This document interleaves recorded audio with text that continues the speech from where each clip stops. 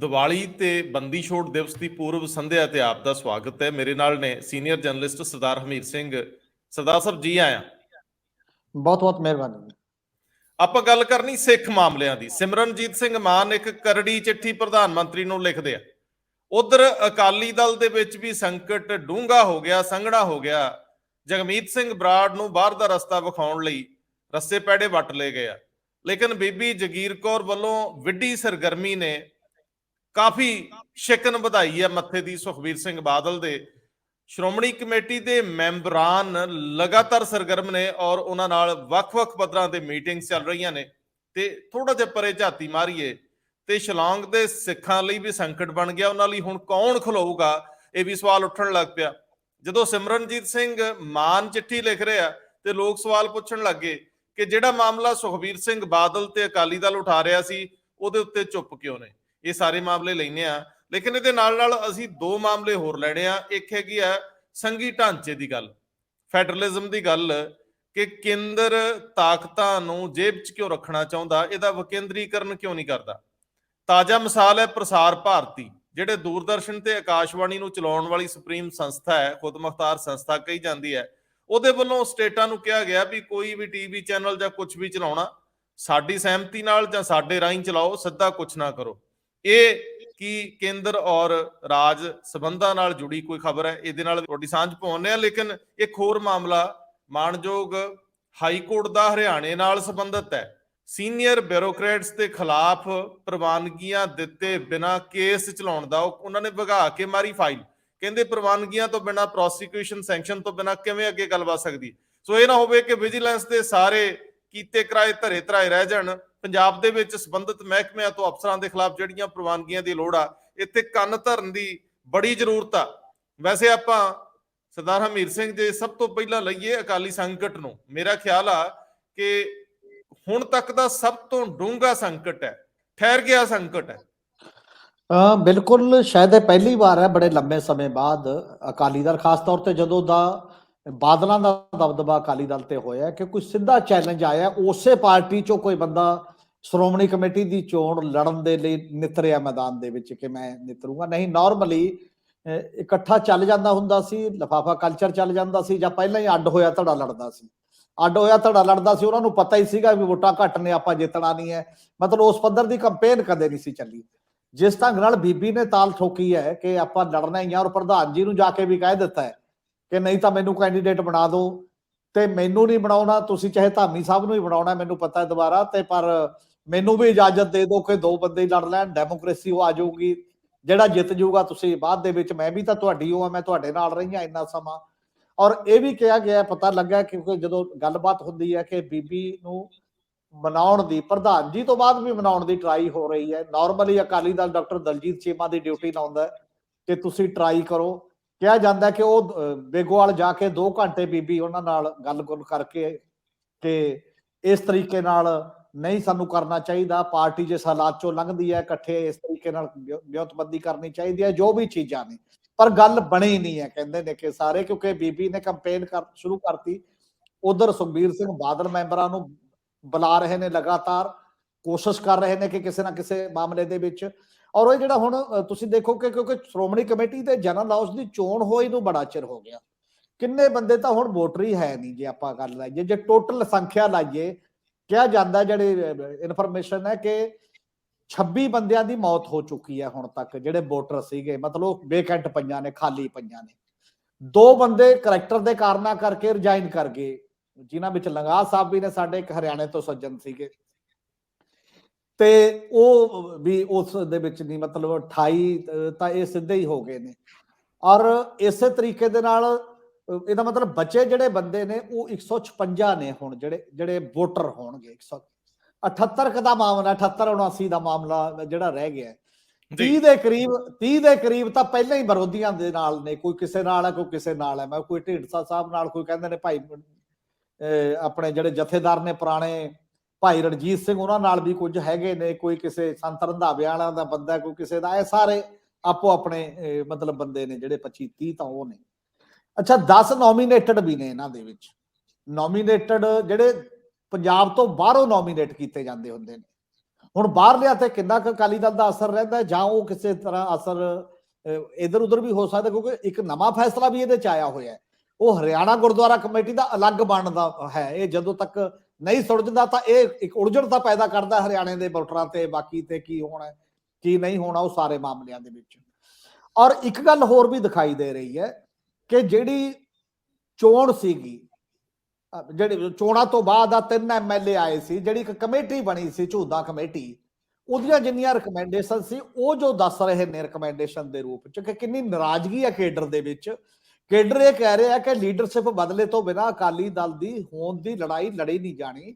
ਭਾਵੇਂ ਅਕਾਲੀ ਦਲ ਦੀ ਲੜਾਈ ਬਹੁਤ ਜ਼ਰੂਰੀ ਚੀਜ਼ ਹੈ ਕਿ ਅਕਾਲੀ ਦਲ ਰਹੇ, ਮਜ਼ਬੂਤ ਹੋਵੇ, ਪਰ ਉਹ ਇਸ ਗੱਲ ਤੇ ਖੜੇ ਹੋਏ ਨੇ ਕਿ ਤੁਸੀਂ ਸਾਡੀ ਗੱਲ ਉੱਥੇ ਰੱਖਣੀ ਨਹੀਂ, ਤੁਸੀਂ ਉਵੇਂ ਹੀ ਪੈਚ ਅਪ ਕਰ ਲੈਣਾ, ਤੇ ਉਹ ਵਰਕਰ ਉੱਥੇ ਖੜਾ ਹੋਇਆ। ਹੁਣ ਕੀ ਉਹ ਨਾਰਾਜ਼ਗੀ ਇਸ ਹੱਦ ਤੱਕ ਜੇ ਖੜੀ ਹੋਈ ਹੈ ਤਾਂ ਉਹ ਨਾਰਾਜ਼ਗੀ ਵੋਟ 'ਚ ਵੀ ਕਨਵਰਟ ਹੋ ਜੂਗੀ। ਉਹ ਕੇਡਰ ਦੇ ਵਿੱਚ ਐਜੀਪੀਸੀ ਮੈਂਬਰ ਵੀ ਹੈਗੇ ਨੇ, ਕੱਲਾ ਕੇਡਰ ਆਪਣੇ ਆਪ 'ਚ ਦੂਜਾ ਤਾਂ ਨਹੀਂ ਹੈ, ਕਿਉਂਕਿ ਇਹ ਜਿਹਾ ਤਾਂ ਕੋਈ ਧਾਰਾ ਨਹੀਂ ਹੈ ਕਿ ਐਜੀਪੀਸੀ ਅਲੱਗ ਹੈ ਤੇ ਬਾਕੀ ਅਲੱਗ ਚੀਜ਼ਾਂ ਨੇ। ਤੇ ਇੱਕ ਹੋਰ ਗੱਲ ਹੈ ਹੁਣ ਨਵੀਂ ਸ਼ੁਰੂ ਹੋ ਗਈ, ਜਿਹੜੀ ਪਹਿਲਾਂ ਥੋੜੀ ਜਿਹੀ ਦੱਬਤੀ ਸੀ ਵਿੱਚ, ਜਗਮੀਤ ਸਿੰਘ ਬਰਾੜ ਨੂੰ ਇੱਕ ਅਨੁਸ਼ਾਸਨ ਕਮੇਟੀ ਬਣਾਤੀ। ਵੈਸੇ ਤੁਸੀਂ ਦੇਖੋ ਦਿਲਚਸਪ ਗੱਲ ਇਹ ਹੈ, ਅਕਾਲੀ ਦਲ ਦਾ ਢਾਂਚਾ ਭੰਗ ਹੈ। ਜਦੋਂ ਇਹ ਕਿਹਾ ਇਹ ਵਰਕਿੰਗ ਕਮੇਟੀ ਤੁਸੀਂ ਭੰਗ ਕਰ ਸਕਦੀ ਹੈ, ਤੁਸੀਂ ਨਹੀਂ, ਤਾਂ ਉਹ ਤਾਂ ਗਲਤੀ ਸੁਧਾਰ ਲਈ ਫਟਾਫਟ ਕੇ ਉਹ ਪ੍ਰੈਸ ਨੋਟ 'ਚ ਗਲਤੀ ਹੋ ਗਈ ਸੀ। ਪਰ ਮੁੜ ਕੇ ਕੱਲੀ ਅਨੁਸ਼ਾਸਨੀ ਕਮੇਟੀ ਬਣ ਸਕਦੀ ਹੈ, ਇਹਨੂੰ ਕੌਣ ਬਣਾ ਸਕਦਾ? ਇਹਨੂੰ ਪ੍ਰਧਾਨ ਜੀ ਉਹ ਇਕੱਲੇ ਬਣਾ ਸਕਦੇ ਨੇ ਜਾਂ ਨਹੀਂ ਬਣਾ ਸਕਦੇ ਇਸ ਮਾਮਲੇ ਜਦੋਂ ਭੰਗ ਹੈ। ਇਹ ਵੀ ਇੱਕ ਅਜੀਬ ਗੱਲ ਹੈ ਜਦੋਂ ਸੰਵਿਧਾਨ ਦੀ ਗੱਲ ਆਉਂਦੀ ਹੈ ਤਾਂ।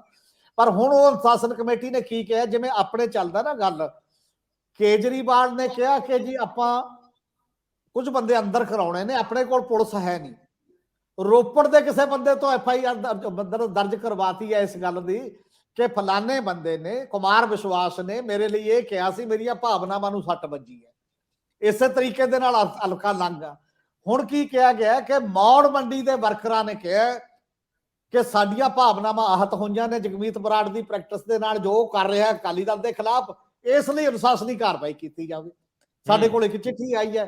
ਇਹ ਚਿੱਠੀਆਂ ਮੈਨੂੰ ਲੱਗਦਾ ਪੁਲਿਸ ਵਾਲੀ ਉਹ FIR ਦੀ ਤਰ੍ਹਾਂ ਹੋ ਸਕਦੀ ਹੈ ਜੇ ਪਾਰਟੀ ਚਾਹੇ ਤਾਂ, ਜਿਹਦੇ ਚ ਨਾ ਹੀ ਦੂਜਾ ਭਰਨਾ ਹੁੰਦਾ ਕਿਸੇ ਦਾ ਵੀ, ਆਪਣੇ ਲੋਇਰ ਬੰਦਿਆਂ ਦਾ, ਸ਼ਿਕਾਇਤਾਂ ਜਿੰਨੀਆਂ ਮਰਜ਼ੀ ਲੈ ਲਓ। ਕੋਈ ਨਵੀਂ ਗੱਲ ਤਾਂ ਹੋਈ ਨਹੀਂ ਉਦੋਂ ਬਾਅਦ, ਹੁਣੇ ਤੁਰੰਤ ਨਵੀਂ ਗੱਲ ਇੱਕੋ ਹੀ ਹੋਈ ਹੈ ਕੇਵਲ ਕਿ ਜਗਮੀਤ ਬਰਾੜ ਨੇ ਇੱਕ ਪ੍ਰੈਸ ਕਾਨਫਰੰਸ ਕਰਕੇ ਕਿਹਾ ਕਿ ਇੱਕ ਮੈਂ ਯੂਨਿਟੀ ਦੀ ਕੋਸ਼ਿਸ਼ ਕਰੂੰਗਾ, ਮਤਲਬ ਆਪਣੇ ਪੱਧਰ ਦੇ ਉੱਤੇ। ਉਹ ਕੇਵਲ ਸਧਾਰਨ ਮੈਂਬਰ ਹੈ ਹਜੇ। ਤੇ ਨਾਲ ਦੀ ਨਾਲ ਇੱਕ ਗੱਲ ਇਹ ਕਹੀ ਹੈ, ਉਹਨੇ ਇਹ ਨਹੀਂ ਕਿਹਾ ਮੈਂ ਕਨਵੀਨਰ ਆ ਉਸ ਕਮੇਟੀ ਦਾ ਜੀ। ਇਸ ਸ਼ਿਕਾਇਤ ਦੇ ਵਿੱਚ ਇਹ ਕਿਹਾ ਗਿਆ ਕਿ ਕਮੇਟੀ ਦਾ ਕਨਵੀਨਰ ਹੈ, ਉਹ ਕੋਆਰਡੀਨੇਟਰ ਕਹਿੰਦਾ ਵੀ ਮੈਂ ਬਸ ਤਾਲਮੇਲ ਕਰਨ ਵਾਲਾ ਵੈਸੇ ਬੰਦਾ, ਮੈਂ ਕੋਈ ਕਨਵੀਨਰ ਜਾਂ ਕੁਝ ਨਹੀਂ ਹੈ।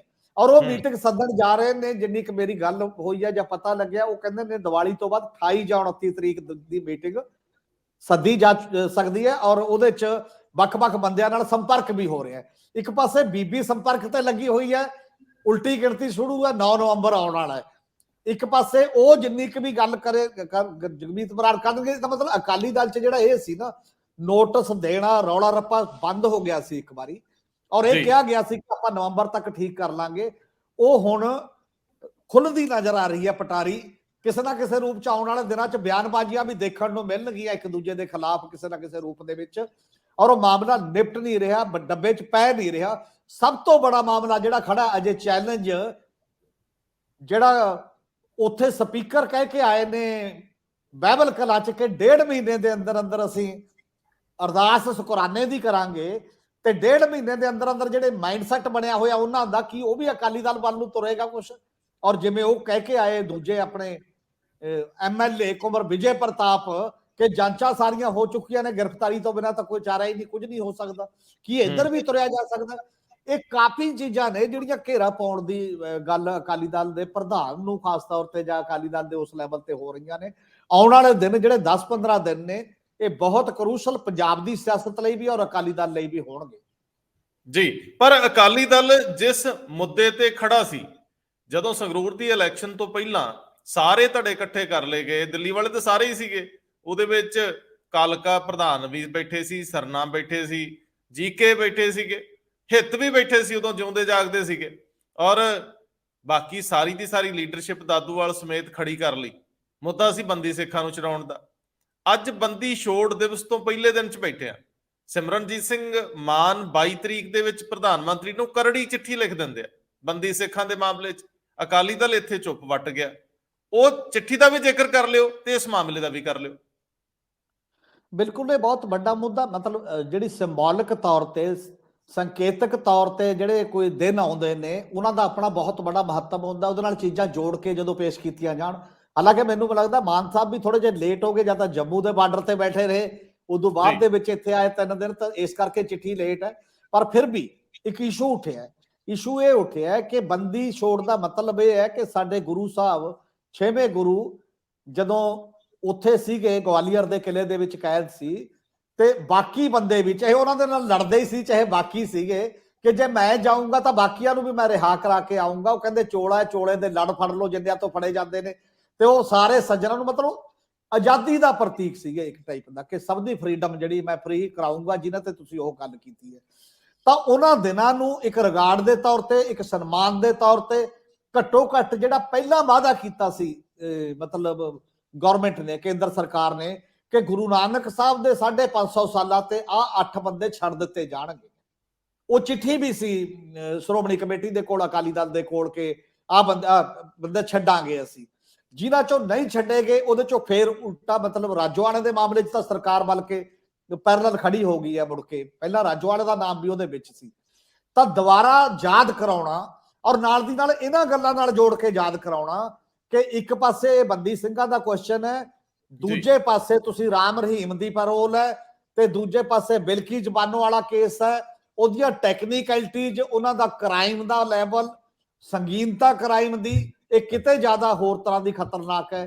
ਤੇ ਦੂਜੇ ਪਾਸੇ ਜਿਹੜੇ ਸਜ਼ਾ ਭੁਗਤ ਚੁੱਕੇ ਨੇ ਪੂਰੀ, ਜੇ ਕ੍ਰਾਈਮ ਵੀ ਉਹ ਸੀ ਕਿਸੇ ਰੂਪ ਚ, ਹਾਲਾਂਕਿ ਨਿੱਜੀ ਨਹੀਂ ਕੀਤਾ, ਤਾਂ ਉਹਨਾਂ ਤੇ ਕਰਨਾ ਚਾਹੀਦਾ।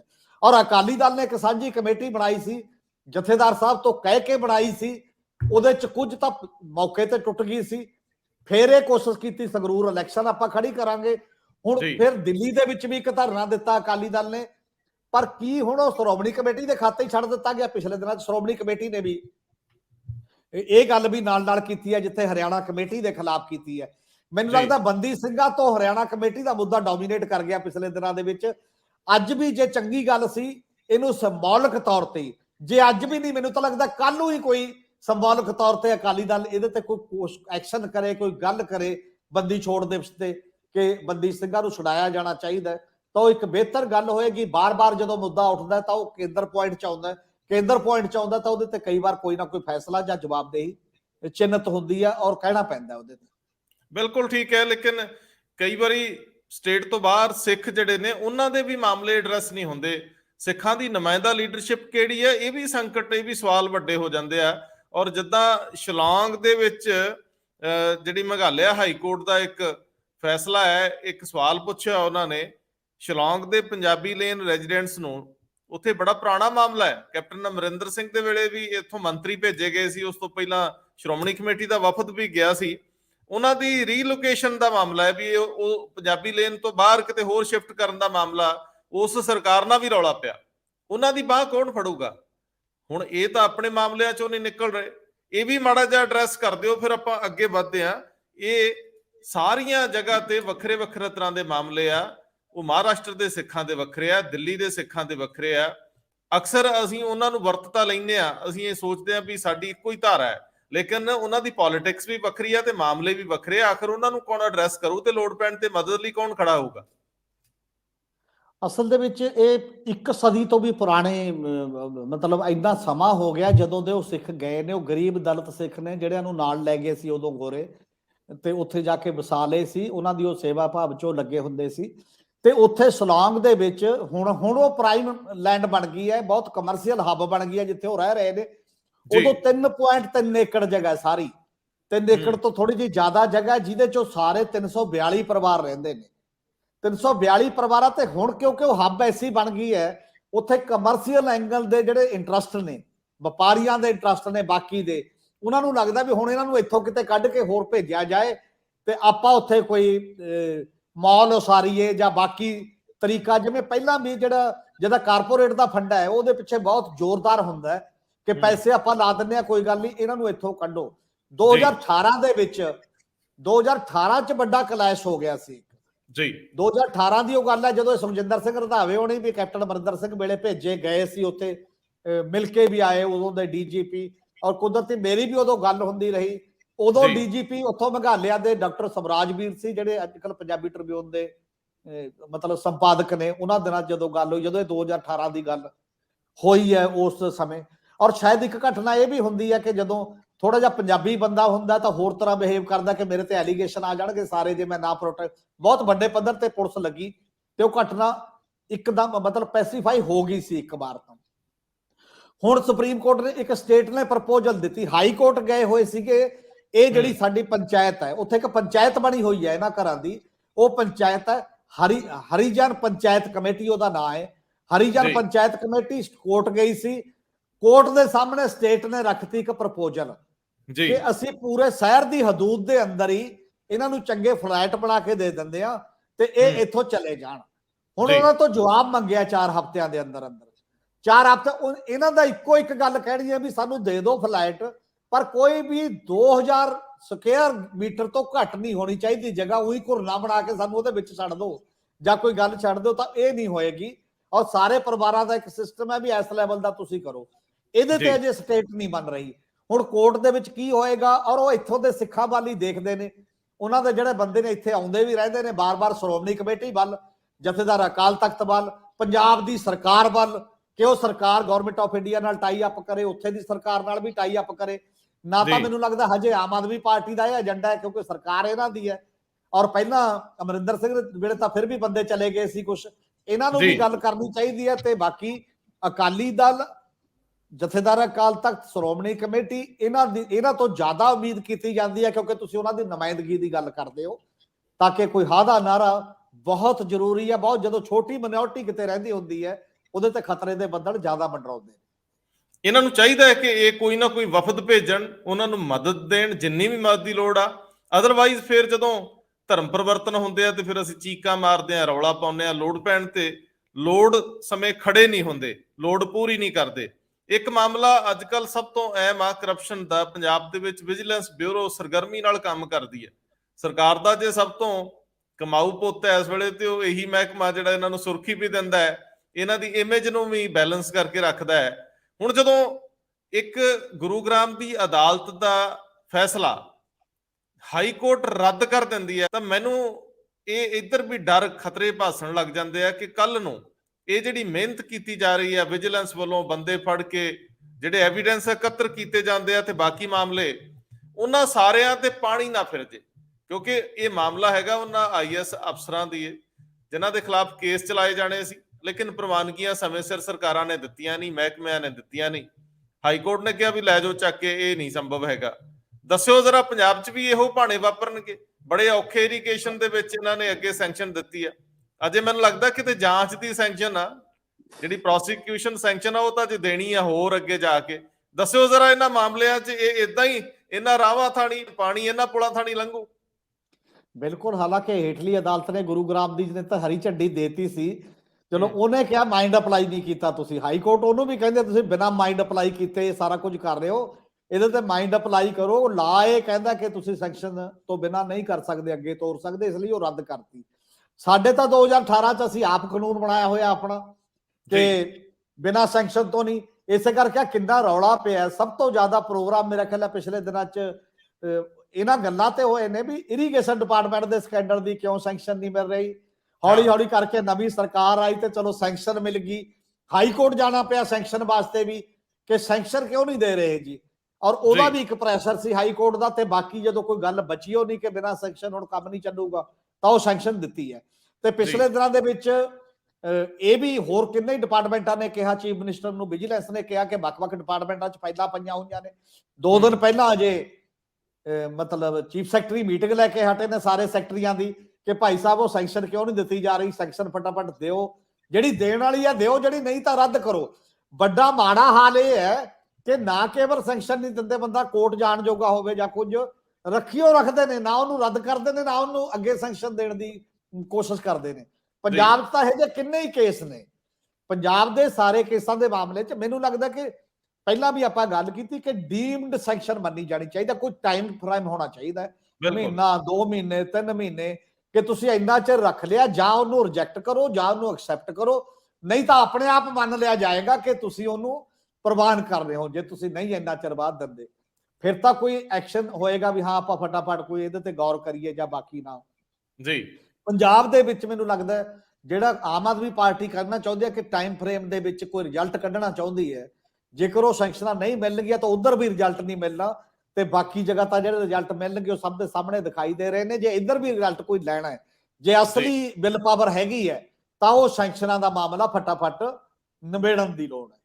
ਫਿਰ ਇਹ ਜਾਂਚਾਂ ਕਿਸ ਖਾਤੇ 'ਚ ਪੈਣਗੀਆਂ ਜਾ ਕੇ, ਜੇ ਇਹਨਾਂ ਦਾ ਕੋਈ ਸਿਰ ਮੂੰਹ ਹੀ ਨਹੀਂ ਲੱਭਣਾ ਬਾਅਦ ਦੇ ਵਿੱਚ। ਵੈਸੇ ਚੀਫ ਸੈਕਟਰੀ ਸਾਹਿਬ ਨੇ ਮੀਟਿੰਗ ਤੇ ਸੱਦੀ ਸੀ ਵਿਭਾਗੀ ਸਕੱਤਰਾਂ ਦੀ, ਤੇ ਉਸੇ ਦਿਨ ਹੀ ਇਹ ਮਾਮਲਾ ਮੇਰੇ ਖਿਆਲ ਲੰਘੇ ਦਿਨ ਦਾ ਹੀ ਆ, ਇੱਕ ਦਿਨ ਛੱਡ ਕੇ ਉਸੇ ਦਿਨ ਹੀ ਮੁੱਖ ਮੰਤਰੀ ਨੇ ਵੀ ਵਿਭਾਗੀ ਸਕੱਤਰਾਂ ਨੂੰ ਚੁਸਤੀ ਲਿਆਉਣ ਲਈ ਕਿਹਾ ਕੰਮ 'ਚ। ਲੇਕਿਨ ਜਿਹੜੀ ਚੀਫ ਸੈਕਟਰੀ ਨੇ ਮੀਟਿੰਗ ਬੁਲਾਈ ਸੀ ਉਹਦਾ ਤਾਂ ਏਜੰਡਾ ਹੀ ਇਹੀ ਸੀ ਕਿ ਜਿੱਥੇ ਜਿੱਥੇ ਵੀ ਵਿਜੀਲੈਂਸ ਵਿਭਾਗ ਨੂੰ ਪ੍ਰਵਾਨਗੀਆਂ ਦੀ ਲੋੜ ਆ, ਸਪੋਰਟ ਦੀ ਲੋੜ ਆ, ਉਹ ਤੁਰੰਤ ਦਿਓ।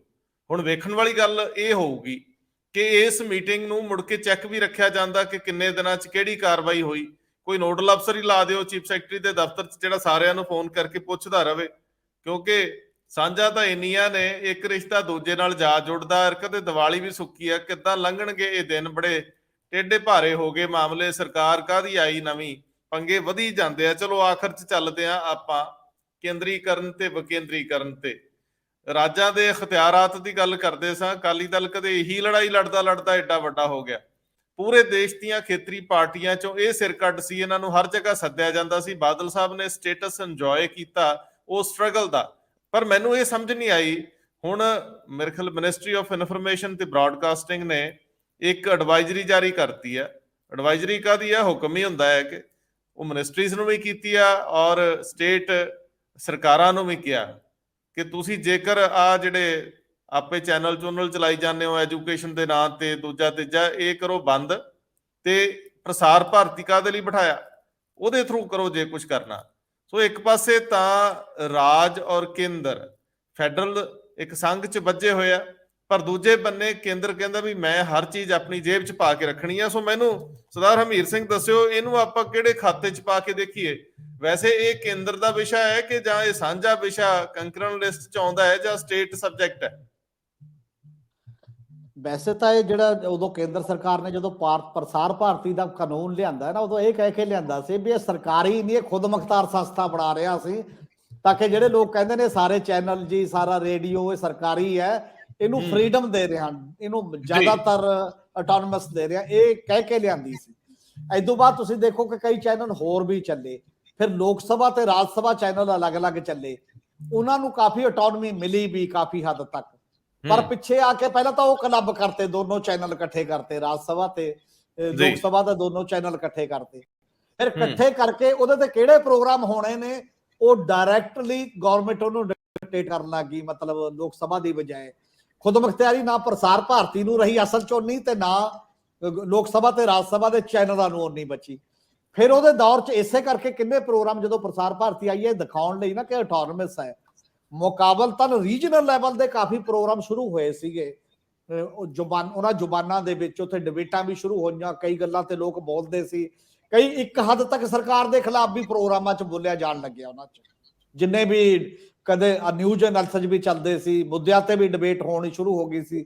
ਇਹ ਲੋਕਾਂ ਨੂੰ ਲੱਗਣ ਵੀ ਲੱਗ ਗਿਆ ਸੀ ਥੋੜਾ ਜਿਹਾ ਵੀ ਹਾਂ ਯਾਰ ਹੁਣ ਥੋੜਾ ਜਿਹਾ ਕੁਝ ਬੋਲਿਆ ਜਾ ਰਿਹਾ। ਆਪਣੇ ਦੂਰਦਰਸ਼ਨ ਦੇ ਜਲੰਧਰ ਦਾ ਜਿਵੇਂ ਮੈਂ ਗੱਲ ਕਰਦਾ, ਉੱਥੇ ਇੱਕ ਸਵੇਰ ਦਾ ਜਿਹੜਾ ਉਹ ਪ੍ਰੋਗਰਾਮ ਕਰਦੇ ਨੇ, ਇੱਕ ਉਦੋਂ ਬਾਅਦ ਵੀ ਜਿਹੜੇ ਵੀ ਉਹਦੇ ਤੇ ਕਾਫੀ ਲੋਕ ਆਪਣੇ ਖਾਸ ਖਬਰ, ਇੱਕ ਨਜ਼ਰ ਜਾਂ ਸ਼ਾਮ ਨੂੰ, ਅੱਜ ਦਾ ਮਸਲਾ, ਅੱਜ ਦਾ ਵਿਵਾਦ, ਇਹ ਕਾਫੀ ਪ੍ਰੋਗਰਾਮ ਨੇ। ਇਹਨਾਂ 'ਚ ਮਤਲਬ ਲੋਕ ਬੋਲਣ ਲੱਗ ਗਏ ਸੀ। ਇੱਕ ਹੱਦ ਤੱਕ ਲਿਬਰਟੀ ਸੀਗੀ, ਭਾਵੇਂ ਬਹੁਤ ਜ਼ਿਆਦਾ ਨਾ ਹੋਵੇ ਪਰ ਕਾਫੀ ਸੀ। ਹੁਣ ਜਦੋਂ ਉਹਨਾਂ ਨੇ ਪ੍ਰੋਗਰਾਮ ਜੇ ਸ਼ੁਰੂ ਕੀਤੇ, ਉਹਨਾਂ ਨੇ ਕਹਿਤਾ ਵੀ ਟੋਟਲ ਕੰਟੈਂਟ ਉੱਥੋਂ ਦਿੱਲੀ ਤੋਂ ਅਪਰੂਵ ਹੋਏ ਬਿਨਾਂ ਤੁਸੀਂ ਕੁਝ ਨਹੀਂ ਕਰ ਸਕਦੇ।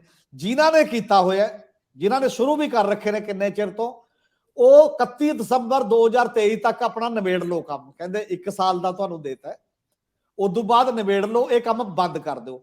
ਖਾਸ ਤੌਰ ਤੇ 2 ਟੀਵੀ ਚੈਨਲਾਂ ਦਾ, ਤਾਂ ਇੱਕ ਤਾਂ ਤਾਮਿਲਨਾਡੂ ਫੈਡਰਲਿਜ਼ਮ ਤੇ ਜ਼ਿਆਦਾ ਥੋੜਾ ਜਿਹਾ ਜ਼ੋਰ ਦਿੰਦਾ ਨਾ, ਐਜੂਕੇਸ਼ਨ ਦੇ ਮਾਮਲੇ 'ਚ, ਖਾਸ ਤੌਰ ਤੇ ਲੈਂਗੁਏਜ ਦੇ ਮਾਮਲੇ 'ਚ। ਪਿਛਲੇ ਦਿਨਾਂ 'ਚ ਨੀਟ ਦੇ ਮਾਮਲੇ 'ਚ ਉਹਨਾਂ ਨੇ ਵਿਧਾਨ ਸਭਾ 'ਚ ਅਲੱਗ ਪਾਸ ਕਰ ਲਿਆ ਕਾਨੂੰਨ, ਉਹਨਾਂ ਦਾ ਇੱਕ ਟੀਵੀ ਚੱਲਦਾ ਕੋਈ ਐਜੂਕੇਸ਼ਨ ਨਾਲ ਸੰਬੰਧਿਤ। ਔਰ ਇੱਕ ਆਂਧਰਾ ਪ੍ਰਦੇਸ਼ ਦਾ ਇੱਕ ਟੀਵੀ ਚੱਲਦਾ ਜਿਹੜਾ ਐਜੂਕੇਸ਼ਨ ਨਾਲ ਮੈਨੂੰ ਲੱਗਦਾ ਇਹਦੇ ਨਾਲ ਕੀ ਉਹ ਤਾਂ ਪ੍ਰੋਗਰਾਮ ਹੀ ਨਾਨ ਪੋਲੀਟੀਕਲ ਤੇ ਐਜੂਕੇਸ਼ਨ ਨਾਲ ਰਿਲੇਟਡ ਨੇ। ਜੇ ਆਪਣੇ ਏਰੀਏ ਦੇ ਵਿੱਚ ਆਪਣੇ ਢੰਗ ਨਾਲ ਕੋਈ ਵਿਦਿਅਕ ਚੈਨਲ ਚਲਾਉਣਾ ਚਾਹੁੰਦਾ, ਕਹਿੰਦੇ ਦੋਨੋਂ ਚੈਨਲ DTH ਤੇ ਦਿਖਦੇ ਨੇ ਜੀ, ਡਾਇਰੈਕਟ ਟੂ ਹੋਮ ਤੇ। ਇਹ ਕਿਉਂ ਦਿਖਦੇ ਨੇ? ਇਹ ਸਾਡੇ ਨੇ, ਉਹਨਾਂ ਨੇ 246 ਆਰਟੀਕਲ ਕੋਟ ਕਰਤਾ ਸੰਵਿਧਾਨ ਦਾ ਕਿ ਸਾਨੂੰ ਹੱਕ ਹੈ ਜੀ ਇਹਦੇ ਚ, ਤਾਂ ਕਿਉਂਕਿ ਪ੍ਰਸਾਰ ਭਾਰਤੀ, ਹਾਲਾਂਕਿ ਬਹੁਤ ਗ੍ਰੇ ਏਰੀਆ ਜਾ ਹੁੰਦਾ ਕਿ ਸਾਰੇ ਹੱਕ ਤੁਹਾਨੂੰ ਨਹੀਂ, ਜਦੋਂ ਕਾਨੂੰਨੀ ਡਿਬੇਟ ਵੀ ਹੋਏਗੀ, ਪਰ ਕਾਨੂੰਨੀ ਨਾਲੋਂ ਮੈਨੂੰ ਲੱਗਦਾ ਪੋਲੀਟੀਕਲ ਮਾਮਲਾ ਜ਼ਿਆਦਾ ਹੈ। ਪੋਲੀਟੀਕਲ ਮਾਮਲਾ ਇਹੋ ਜਿਹਾ ਕਿ ਜਦੋਂ ਡਾਇਵਰਸ ਕੰਟਰੀ ਹੈ, ਤੁਸੀਂ ਕਹਿ ਰਹੇ ਹੋ ਇੰਨੀਆਂ ਲੈਂਗੁਏਜਸ ਨੇ ਸਾਡੀਆਂ, ਇੰਨੀਆਂ ਨੂੰ ਤਾਂ ਸੰਵਿਧਾਨ ਨੇ ਮਾਨਤਾ ਦਿੱਤੀ ਹੋਈ ਹੈ, ਡਿਫਰੈਂਟ ਕਲਚਰ ਨੇ ਉਹਨਾਂ ਨੂੰ ਤੁਸੀਂ ਮਾਨਤਾ ਦਿੱਤੀ ਹੋਈ ਹੈ, ਤੇ ਤੁਸੀਂ ਪੋਲੀਟੀਕਲ ਤੇ ਤਾਂ ਫਿਰ ਵੀ ਕਹਿ ਸਕਦੇ ਹੋ ਕਿ ਪੋਲੀਟੀਕਲ ਪ੍ਰੋਗਰਾਮ ਉਸ ਪੱਧਰ ਦੇ ਨਾ ਬਣਾਓ, ਹਾਲਾਂਕਿ ਉਹਦੇ ਤੇ ਵੀ ਰੋਕ ਨਹੀਂ ਹੋਣੀ ਚਾਹੀਦੀ। ਪਰ ਜਿਹੜੇ ਐਜੂਕੇਸ਼ਨ, ਹੈਲਥ, ਕਲਚਰ, ਬੋਲੀ ਦੇ ਪ੍ਰੋਗਰਾਮ ਹੋਣਗੇ, ਜੇ ਇਹ ਵੀ ਬੰਦ ਕਰ ਦੋਗੇ ਤਾਂ ਇੰਨੀ ਸੈਂਟਰਲਾਈਜੇਸ਼ਨ ਨਹੀਂ ਪੁੱਗਣੀ। ਮੇਰਾ ਖਿਆਲ ਹੈ ਇਹ ਉਦੋਂ ਵੀ ਜ਼ਿਆਦਾ ਉਲਟ ਪੈਰੀ ਚੱਲ ਰਹੇ ਹੋ। ਔਰ ਜਿਹੜਾ ਪੁੱਠਾ ਕੰਮ ਇਹ ਹੋਏਗਾ ਤਾਂ ਇਹ ਕੱਲਾ ਇੱਕ ਨਹੀਂ, ਇਹ ਲੜੀ ਹੈ ਅਸਲ ਦੇ ਵਿੱਚ ਚੱਲ ਰਹੀ। ਜਿਹੜੇ ਸਾਰੇ ਮਾਮਲਿਆਂ ਦੇ ਵਿੱਚ ਆ ਗਵਰਨਰ ਵਾਲਾ ਮਾਮਲਾ ਵੀ ਆਪਾਂ ਰੋਜ਼ ਡਿਸਕਸ ਕਰਦੇ ਆ, ਗਵਰਨਰ ਦਾ ਰੋਲ ਕੀ ਹੋਣਾ ਚਾਹੀਦਾ, ਕਿ ਉਹ ਕੇਂਦਰ ਵੱਲ ਹੋਵੇ ਜਾਂ ਰਾਜਾਂ ਦੇ ਪ੍ਰਤੀ ਜਵਾਬਦੇਹ ਹੋਣੀ ਚਾਹੀਦੀਆਂ ਨੇ। ਇਸ ਲਈ ਕੱਲੀ ਕੱਲੀ ਗੱਲ ਸੈਂਟਰਲਾਈਜੇਸ਼ਨ ਵੱਲ ਜਾ ਰਹੀ ਹੈ। ਮੈਨੂੰ ਲੱਗਦਾ ਜਿਹੜਾ ਡਾਇਵਰਸ ਕੰਟਰੀ ਹੈ ਸਾਡਾ, ਉਹਦੇ ਬਾਰੇ, ਉਹਦੇ ਮਾਮਲੇ 'ਚ ਇਹ ਖਤਰਨਾਕ ਗੱਲ ਹੈ, ਕਿਉਂਕਿ ਕੱਲੇ ਵੀ ਤਾਕਤ ਦੇ ਜ਼ੋਰ ਤੁਸੀਂ ਦੇਸ਼ ਨਹੀਂ ਇਕੱਠਾ ਰੱਖ ਸਕਦੇ। ਲੋਕਾਂ ਦੀਆਂ ਭਾਵਨਾਵਾਂ ਨੂੰ ਐਡਜਸਟ ਕਰਕੇ ਫੈਸਲਾ ਕੁਨ ਤਾਕਤ ਦੇ ਵਿੱਚ ਸਭ ਦੀ ਭਾਗੀਦਾਰੀ ਬਣਾ ਕੇ ਤੁਸੀਂ ਉਹਨੂੰ ਜ਼ਿਆਦਾ ਬਿਹਤਰ ਤਰੀਕੇ ਨਾਲ ਇਕੱਠੇ ਰੱਖ ਸਕਦੇ ਹੋ। ਇਹਦੇ ਬਾਰੇ ਗਵਰਨਮੈਂਟ ਆਫ ਇੰਡੀਆ ਨੂੰ ਸੋਚਣਾ ਚਾਹੀਦਾ, ਤਾਂ ਸ਼ਾਇਦ ਸਟੇਟ ਗਵਰਨਮੈਂਟਾਂ ਨੂੰ ਵੀ ਚਿੱਠੀ ਪੱਤਰ ਲਿਖਣੇ ਚਾਹੀਦੇ ਨੇ। ਜਿਹੜੀ ਨੈਸ਼ਨਲ ਕੌਂਸਲ ਹੈ ਸਟੇਟਾਂ ਦੀ, ਉਹਦੇ 'ਚ ਗੱਲ ਕਰਨੀ ਚਾਹੀਦੀ ਹੈ, ਤੇ ਤਾਂ ਜਾ ਕੇ ਸ਼ਾਇਦ ਕੋਈ ਮੁੱਦਾ ਤਾਂ ਬਣੇ। ਜਾਂ ਇਹ ਖਬਰ ਛਪ ਗਈ ਤੇ ਠੱਪ ਹੋ ਗਈ, ਸਟੇਟ ਗਵਰਨਮੈਂਟ ਨੇ ਕੁਝ ਨਹੀਂ ਲਿਖਿਆ, ਤਾਂ ਵੀ ਇਹ ਮੁੱਦਾ ਕਿਵੇਂ ਮੁੱਦਾ ਬਣੂਗਾ ਤੇ ਕਿਵੇਂ ਗਵਰਨਮੈਂਟ ਸੋਚੇਗੀ? ਉਹਦੇ ਲਈ ਕੋਈ ਪ੍ਰੈਸ਼ਰ ਦੀ ਲੋੜ ਹੈ। ਤੁਸੀਂ ਇੱਕ ਹੋਰ ਮਾਮਲੇ 'ਚ ਅੱਗੇ ਜਦੋਂ ਜਾਂਦੇ ਹੋ, ਤਾਂ ਮੈਂ ਜਿਹੜੇ ਲੋਕ ਅੰਦੋਲਨਾਂ 'ਚ ਬੈਠੇ ਨੇ, ਹੁਣ ਕਿਸਾਨ ਬੈਠੇ ਨੇ ਮੁੱਖ ਮੰਤਰੀ ਦੀ ਰਿਹਾਇਸ਼ ਸੰਗਰੂਰ, ਤੇ ਬਹੁਤ ਸਾਰੇ ਹੋਰ ਵੀ ਕੁਝ ਟੈਂਕੀਆਂ ਤੇ ਜਾਂ ਕਈ ਜਗ੍ਹਾ ਤੇ ਸਟਰਗਲ ਕਰ ਰਹੇ ਆ। ਆਪਾਂ ਜੀਰੇ ਵਾਲੀ ਗੱਲ ਹੋਈ ਦੇਖ ਲਈਏ, ਬਰਗਾੜੀ, ਬਹਿਬਲ ਕਲਾਂ, ਅਸੀਂ ਉਹਨਾਂ ਸਾਰੇ ਮਾਮਲਿਆਂ ਨੂੰ ਵੀ ਦੇਖੀਏ, ਤੇ ਜਿਹੜੇ ਇਹ ਦਿਨ ਤਿਉਹਾਰ ਹੁੰਦੇ ਆ ਉਹਨਾਂ ਦੇ ਵਿੱਚ ਹਰ ਕੋਈ ਬਸ਼ਰ ਆਪਣੇ ਘਰ ਨੂੰ ਮੁੜਦਾ ਹੈ। ਮੈਂ ਹਮੀਰ ਸਿੰਘ ਜੀ ਇਹਦੇ ਉੱਤੇ ਤੁਹਾਡੀ ਟਿੱਪਣੀ ਜ਼ਰੂਰ ਚਾਹੂੰਗਾ ਕਿ ਸਰਕਾਰਾਂ ਨੂੰ ਇਹਨਾਂ ਖਾਸ ਦਿਨਾਂ ਤੇ 1-2 ਦਿਨਾਂ ਲਈ ਕੋਈ ਆਪਣੇ ਸਪੈਸ਼ਲ ਮੰਤਰੀ ਜਾਂ ਅਹਿਮ ਜ਼ਿੰਮੇਵਾਰ ਅਹੁਦੇਦਾਰ ਜਾਂ ਸਿਆਸਤਦਾਨ ਨਹੀਂ ਭੇਜਣੇ ਚਾਹੀਦੇ, ਮੈਚੁਰ ਲੋਕ ਜਿਹੜੇ ਇਹਨਾਂ ਲੋਕਾਂ ਨੂੰ ਫॉर द ਟਾਈਮ ਬੀਇੰਗ ਲਈ ਮਨਾ ਲੈਣ ਕਿ ਤੁਸੀਂ ਆਪਣੇ ਅੰਦੋਲਨ ਜਾਰੀ ਰੱਖੋ। ਚੰਗਾ ਹੋਵੇ, ਪਹਿਲੀ ਗੱਲ ਤਾਂ ਇਹ ਹੈ ਕਿ ਇਹੋ ਜਿਹੇ ਮੌਕਿਆਂ ਦੇ ਉੱਤੇ ਥੋੜਾ ਜਿਹਾ ਖੁੱਲਾ ਹੱਥ ਦੇ ਕੇ ਨੈਗੋਸੀਏਸ਼ਨ 'ਚ ਆ ਕੇ ਅੰਦੋਲਨ ਚੁਕਵਾ ਹੀ ਲਓ, ਤੇ ਲੇਕਿਨ ਜੇਕਰ ਤੁਸੀਂ ਇੰਜ ਨਹੀਂ ਕਰ ਪਾਉਂਦੇ ਤਾਂ ਫॉर द ਟਾਈਮ ਬੀਇੰਗ ਲੋਕਾਂ ਨੂੰ ਮਨਾ ਲਓ ਕਿ ਤੁਸੀਂ ਇਹ ਅੰਦੋਲਨ 2 ਦਿਨ ਲਈ ਛੱਡੋ। ਕੀ ਕਹਿੰਦੇ ਹੋ? ਹਾਂ ਬਿਲਕੁਲ, ਹੁਣ ਤਾਂ ਇੰਨੇ ਲੰਮੇ ਲੰਮੇ ਅੰਦੋਲਨ ਚੱਲ ਰਹੇ ਨੇ, ਮਤਲਬ ਕੋਈ ਐਮ ਨਹੀਂ ਹੈ ਵੀ 2 ਦਿਨ ਦਾ 1 ਦਿਨ ਦਾ, ਅਨਲਿਮਟਿਡ ਨੇ ਸਾਰੇ। ਜੀਰੇ ਵਾਲੇ ਨੂੰ ਤਾਂ ਹੋ ਗਏ 93 ਦਿਨ, 94ਵਾਂ ਦਿਨ ਹੈ, ਤੁਸੀਂ ਦੇਖੋ 3 ਮਹੀਨਿਆਂ ਤੋਂ ਵੀ ਉੱਪਰ ਹੋ ਗਿਆ। ਦਿਨ ਰਾਤ ਬੈਠਣਾ, ਮੈਨੂੰ ਨਹੀਂ ਲੱਗਦਾ ਇਹ ਸੌਖਾ ਕੰਮ ਨਹੀਂ। ਗਰਮੀ ਤੋਂ ਸਰਦੀ ਵੱਲ ਨੂੰ ਚੱਲ ਪਏ ਆਪਾਂ, ਜਦੋਂ ਅੱਤ ਦੀ ਪੂਰੀ ਗਰਮੀ ਸੀ ਤੇ ਉਦੋਂ ਬਾਅਦ ਆਉਂਦੇ ਆਉਂਦੇ ਸਰਦੀ ਆ ਗਈ। ਗੱਲ ਕੀ ਹੈ ਕਿ ਕੇਵਲ ਇੱਕ ਫੈਕਟਰੀ ਮਾਲਕ ਦਾ ਰੌਲਾ ਹੈ, ਉਹ ਧਰਨਾ ਤਾਂ 2 ਦਿਨ ਲਈ ਚੁਕਾਉਣਾ ਬੜਾ ਕੋਈ ਔਖਾ ਹੀ ਨਹੀਂ। ਤੁਸੀਂ ਗਵਰਨਮੈਂਟ ਗਾਰੰਟੀ ਕਰੇ ਕਿ ਆਹ 2 ਦਿਨ ਅਸੀਂ ਫੈਕਟਰੀ ਨਹੀਂ ਚੱਲਣ ਦੇਵਾਂਗੇ, ਘੱਟੋ ਘੱਟ ਤੁਸੀਂ ਤਿਉਹਾਰ ਮਨਾ ਲਓ, ਫੇਰ ਆ ਜਾਓ ਮੁੜ ਕੇ। ਜੇਕਰ ਅਸੀਂ ਫੈਕਟਰੀ ਜ਼ਬਰਦਸਤੀ ਚਲਾਤੀ ਤਾਂ ਇੰਨਾ ਹੀ ਕਹਿਣਾ ਨਾ। ਉਹਨਾਂ ਨੂੰ ਡਰ ਕੀ ਹੈ, ਕਿਉਂ ਬੈਠੇ ਨੇ 3 ਮਹੀਨੇ ਤੋਂ ਮੂਹਰੇ, ਕਿ ਜੇ ਅਸੀਂ ਰਾਤ ਨੂੰ ਚਲੇ ਗਏ ਦਿਨੇ, ਕਿਉਂਕਿ ਕਈ ਵਾਰ ਪੁਲਿਸ ਆ ਗਈ, ਜਿੱਦਣ ਉਹ ਘੱਟ ਰਹਿ ਗਏ ਉਧਰ ਪੁਲਿਸ ਆ ਜਾਂਦੀ ਹੈ ਜ਼ਿਆਦਾ, ਫਿਰ ਉਹ ਸਪੀਕਰਾਂ 'ਚ ਬੋਲਦੇ ਨੇ ਪਿੰਡਾਂ ਦੇ 'ਚ, ਫਿਰ ਲੋਕ ਰਾਤਾਂ ਨੂੰ ਉੱਠ ਕੇ ਆਉਂਦੇ ਨੇ ਫਟਾਫਟ ਕਿ ਚਲੋ ਉੱਥੇ। ਭਰੋਸਗੀ, ਬੇਭਰੋਸਗੀ ਦਾ ਕੁਐਸਚਨ ਹੈ। ਔਰ ਤੁਸੀਂ ਇਹ ਕਹਿ ਸਕਦੇ ਹੋ ਕਿ ਤੁਸੀਂ ਜਾਓ, ਆਹ 2 ਦਿਨ ਤਾਂ ਮੇਰੇ ਤੇ ਭਰੋਸਾ ਕਰੋ। ਕੋਈ ਮੰਤਰੀ ਤਾਂ ਛਾਤੀ ਡਾ ਕੇ ਕਹਿ ਸਕਦਾ ਨਾ ਮੇਰੀ ਯਕੀਨ ਰੱਖੋ 2 ਦਿਨ ਫੈਕਟਰੀ ਦੀ ਚੱਲੇਗੀ। ਜੇ ਐਡਾ ਕਿ ਵੀ ਭਰੋਸੇਯੋਗਤਾ ਨਹੀਂ ਹੈ ਪੈਦਾ ਕਰ ਸਕਦੇ ਤੁਸੀਂ, ਫਿਰ ਤਾਂ ਸਰਕਾਰ ਕਾਹਦੀ ਤੇ ਉਹਦੀ ਗੱਲਬਾਤ ਕਾਹਦੀ? ਤੇ ਲੋਕਾਂ ਨੂੰ ਇੰਨਾ ਕੁ ਤਾਂ ਕਰਨਾ ਚਾਹੀਦਾ। ਦੂਜਾ ਅੰਦੋਲਨ ਜਿਹੜਾ ਬਹਿਬਲ ਕਰਾਂ ਚੱਲ ਰਿਹਾ, ਜਦੋਂ ਸਪੀਕਰ ਵਿਧਾਨ ਸਭਾ ਉੱਥੇ ਕਹਿਆ ਕਿ 1.5 ਮਹੀਨੇ ਦੇ ਅੰਦਰ ਅੰਦਰ ਜਾਂ ਤਾਂ ਸ਼ੁਕਰਾਨੇ ਦੀ ਅਰਦਾਸ ਕਰਾਂਗੇ ਜਾਂ ਮੈਂ ਵੱਡੀ ਸਰਕਾਰ ਦੇ ਸਾਹਮਣੇ ਨਤਮਸਤਕ ਹੋ ਕੇ ਆ ਕੇ ਤੁਹਾਡੇ ਕੋਲ ਬਹਿ ਜਾਊਂਗਾ। ਵੱਡੀ ਸਰਕਾਰ ਮਤਲਬ ਗੁਰੂ ਗ੍ਰੰਥ ਸਾਹਿਬ ਮੇਰੀ ਸਰਕਾਰ ਹੈ, ਇਹ ਕਹਿ ਕੇ ਆਏ ਨੇ ਉਹ। ਤੇ ਸਪੀਕਰ ਸਾਹਿਬ ਵੀ ਮੇਰੇ ਖਿਆਲ ਆਪਦੇ ਘਰ ਕੋਟਕਪੂਰੇ ਚਲੇ ਗਏ ਹੋਣਗੇ ਹੁਣ, ਸੰਧਵਾ ਪਿੰਡ ਦੇ ਵਿੱਚ, ਤੇ ਨਾਲ ਹੀ ਆ, ਕੋਈ ਬਾਹਲਾ ਦੂਰ ਨਹੀਂ ਹੈ। ਜੇ ਇਹ ਰਿਕੁਐਸਟ ਵੀ ਕਰ ਲੈਂਦੇ ਵੀ ਦੀਵਾਲੀ ਤਾਂ ਬੰਦਾ ਛੋੜਤਾ ਆਪਾਂ ਮਨਾ ਲਈਏ 1 ਦਿਨ, ਤੇ ਬਾਕੀ ਤੁਸੀਂ ਇੱਥੇ ਆ ਕੇ ਬਹਿ ਜਾਓ, ਕੋਈ ਗੱਲ ਨਹੀਂ ਹੈ। ਸ਼ਾਇਦ ਜੇ ਰਿਕੁਐਸਟ ਉਸ ਪੱਧਰ ਤੇ ਜਾਂਦੀ, ਉਹਨਾਂ ਨੂੰ ਹੁਣ ਮਜਬੂਰੀ ਬਸ ਇਹ ਕਿਹਾ ਵੀ ਆਪਾਂ ਕਾਲੀ ਦੀਵਾਲੀ ਮਨਾਵਾਂਗੇ ਜੀ ਇੱਥੇ ਬੈਠ ਕੇ, ਤੇ ਜਦੋਂ ਕੋਈ ਮੰਨਦਾ ਹੀ ਨਹੀਂ ਤੇ ਹੋਰ ਆਪਾਂ ਕੀ ਕਰੀਏ। ਤੇ ਇੱਕ ਬੈਠੇ ਨੇ ਸੰਗਰੂਰ ਦੇ ਵਿੱਚ ਕਿਸਾਨ, ਵੱਡੀ ਗਿਣਤੀ 'ਚ ਬੈਠੇ ਨੇ, ਬਹੁਤ ਵੱਡੀ ਗਿਣਤੀ 'ਚ ਔਰਤਾਂ ਵੀ ਨੇ ਉਹਦੇ 'ਚ। ਬੀਕੇ ਜੋਗਰਾਹਾਂ ਦਾ ਜਿਹੜਾ ਚੱਲ ਰਿਹਾ ਹੈ, ਭਗਵੰਤ ਮਾਨ ਦੀ ਕੋਠੀ ਦਾ ਘਰਾਓ, ਹਾਲਾਂਕਿ ਮੈਨੂੰ ਤਾਂ ਲੱਗਦਾ ਉਹ ਸਿੰਬੋਲਿਕ ਹੀ ਗੱਲ ਹੈ, ਕਿਉਂਕਿ ਕੋਠੀ 'ਚ ਕੋਈ ਰਹਿੰਦਾ ਵੀ ਨਹੀਂ, ਕੋਈ ਇੱਕ ਵੀ ਬੰਦਾ ਨਹੀਂ ਰਹਿੰਦਾ, ਨਾ ਭਗਵੰਤ ਮਾਨ ਨਾ ਉਹਦਾ ਕੋਈ ਰਿਸ਼ਤੇਦਾਰ ਨਾ ਬਾਕੀ ਇੱਕ ਸਿੰਬੋਲਿਕ ਚੀਜ਼ ਹੈ। ਉਹਦੇ ਲਈ ਇਦੋਂ ਪਹਿਲਾਂ ਗੱਲਬਾਤ ਹੋ ਕੇ ਕੋਈ ਨਿਬੜ ਸਕਦਾ ਸੀ, ਨਹੀਂ ਨਿਬੜਦਾ, ਲੰਮੇ ਸਮੇਂ ਨੇ ਤਾਂ ਇੱਕ ਰਿਕੁਐਸਟ ਤਾਂ ਕਰ ਦਿੰਦੇ, ਅੱਜ ਤੱਕ ਬਿਆਨ ਹੀ ਨਹੀਂ ਆਇਆ ਕੋਈ। ਜਾ ਕੇ ਇਹ ਤਾਂ ਕਹਿ ਦੋ ਕਿ ਭਾਈ ਸਾਹਿਬ, ਲੋਕਲ ਪ੍ਰਸ਼ਾਸਨ ਗੱਲ ਕਰਦਾ ਰਹਿੰਦਾ, ਕੋਈ ਵੱਡੇ ਪੱਧਰ ਤੇ ਵੀ ਤਾਂ ਇੱਕ ਚੀਜ਼ ਹੁੰਦੀ ਹੈ ਸਰਕਾਰੀ ਪੱਧਰ ਤੇ ਜਾ ਕੇ, ਕਿ ਤੁਸੀਂ ਲੋਕਲ ਪ੍ਰਸ਼ਾਸਨ ਦੀ ਡੀਸੀ ਐਸਐਸਪੀ ਨੂੰ ਕਿੰਨੀ ਕੁ ਪਾਵਰ ਹੁੰਦੀ ਹੈ, ਉਹ ਤਾਂ ਪਾਵਰ ਤਾਂ ਉੱਤੋਂ ਹੀ ਲੈਂਦੇ ਨੇ ਨਾ।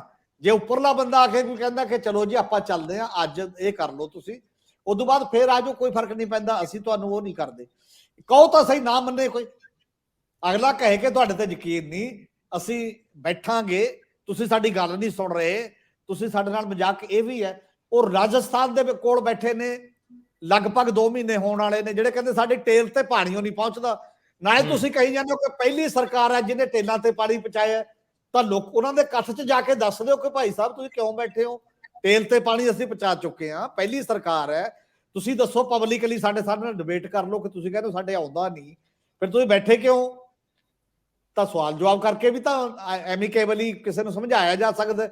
ਤੁਸੀਂ ਤਾਂ ਇਹ ਕਹਿੰਦੇ ਹੋ ਪਾਣੀ ਪਹੁੰਚਾਤਾ, ਉਹ ਜਾਲੀ ਬੈਠੇ ਨੇ, ਫਿਰ ਉਹਨਾਂ ਨੂੰ ਜਾ ਕੇ ਨੈਗੋਸ਼ੀਏਟ ਕਰ ਲਓ ਤੇ ਲੋਕਾਂ ਨੂੰ ਦੱਸ ਦਿਓ ਕਿ ਤਾਂ ਉਹੀ ਬੈਠੇ ਨੇ ਜੀ।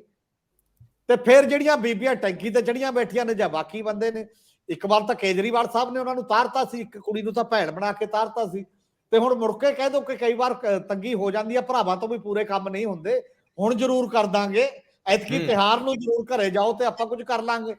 ਮਤਲਬ ਇਹ ਤੇ ਮਾਈਂਡ ਅਪਲਾਈ ਕਰਕੇ ਜੇ ਕੁਝ ਕਰਦੇ ਤਾਂ ਤਿਉਹਾਰਾਂ ਦੇ ਦਿਨ ਬਹੁਤ ਸਾਰੇ ਘਰਾਂ ਦੇ ਵਿੱਚ ਸ਼ਾਇਦ ਰੌਣਕ ਹੁੰਦੀ, ਤੇ ਉਹਨਾਂ ਦੇ ਪੇਰੈਂਟਸ ਨੂੰ, ਬੱਚਿਆਂ ਨੂੰ ਇਹ ਲੱਗਦਾ ਕਿ ਆਪਾਂ ਚਲੋ ਘਰ ਆ ਕੇ ਸਾਡੇ, ਹੁਣ ਸਰਕਾਰ ਦੇ ਖਿਲਾਫ ਹੀ ਮਾਈਂਡ ਬਣੇਗਾ ਨਾ ਉਹਨਾਂ ਸਾਰੇ ਲੋਕਾਂ ਦਾ, ਜਿਨ੍ਹਾਂ ਦੇ ਬੰਦੇ ਜਾਂ ਬੀਬੀਆਂ ਜੇ ਮਤਲਬ ਧਰਨਿਆਂ 'ਚ ਬੈਠੇ ਹੋਣਗੇ। ਹੋਰ ਵੀ ਪਤਾ ਨਹੀਂ ਅਜੇ ਕਿੰਨੇ ਕੁ ਹੋਣਗੇ ਲੋਕ ਜਿਹੜੇ ਬਾਹਰ ਦੀਵਾਲੀ ਜਾਂ ਬੰਦੀ ਛੋੜ ਦਿਵਸ ਮਨਾਉਣ ਲਈ ਮਜਬੂਰ ਨੇ। ਔਰ ਮੇਰਾ ਖਿਆਲ ਹੈ ਕੋਸ਼ਿਸ਼ ਵੀ ਨਜ਼ਰ ਨਹੀਂ ਆਈ, ਕੋਸ਼ਿਸ਼ ਹੁੰਦੀ, ਸਫਲਤਾ ਨਾ ਮਿਲਦੀ, ਉਹ ਇੱਕ ਅਲੱਗ ਗੱਲ ਹੈ। ਕੋਸ਼ਿਸ਼ ਵੀ ਨਾ ਹੋਣਾ, ਇਹਦਾ ਮਤਲਬ ਲੋਕਾਂ ਪ੍ਰਤੀ ਜਵਾਬਦੇਹੀ ਤੋਂ ਇਨਕਾਰ ਕਰਨਾ ਹੈ, ਉਹਨੂੰ ਨਜ਼ਰਅੰਦਾਜ਼ ਕਰਨਾ। ਕਿੰਨੀ ਕੁ ਔਖੀ ਗੱਲ ਸੀ ਜੇ ਮੁੱਖ ਮੰਤਰੀ ਸੰਗਰੂਰ ਦੇ ਵਿੱਚ ਨਾਲੇ ਤਾਂ ਗੇੜਾ ਮਾਰ ਆਉਂਦੇ ਆਪਣੇ ਪੁਰਾਣੇ ਘਰ ਵੱਲ, ਤੇ ਨਾਲੇ ਉੱਥੇ ਲੋਕਾਂ ਨੂੰ ਸਿੱਧਾ ਜਾ ਕੇ ਮਿਲ ਲੈਂਦੇ, ਉਗਰਾਹਾਂ ਨੂੰ ਹੀ ਮਿਲ ਲੈਂਦੇ, ਜਾ ਕੇ ਕਹਿੰਦੇ ਵੀ ਤੁਸੀਂ ਕਿਹੜੀ ਸਟੇਟ ਦੀ ਹਾਲਤ ਤੋਂ ਅਣਜਾਣ ਹੋ ਤੇ ਆਪਾਂ ਬਹਿ ਲਈਏ, ਇੱਥੇ ਬਹਿਣ ਦੀ ਕੀ ਲੋੜ ਆ, ਲੋਕਾਂ ਨੂੰ ਘਰਾਂ 'ਚ ਜਾਣ ਦਿਓ, ਤੁਸੀਂ ਮੇਰੇ ਕੋਲ ਆ ਜਾਓ, ਮੈਂ ਇਹੀ ਮੰਨ ਕੇ ਚੱਲੂੰਗਾ ਕਿ ਤੁਹਾਡੇ ਪਿੱਛੇ ਇਹ ਹਜ਼ਾਰਾਂ ਬੰਦੇ ਮੈਂ ਦੇਖਦਾ ਰਿਹਾ ਹੋਊਗਾ।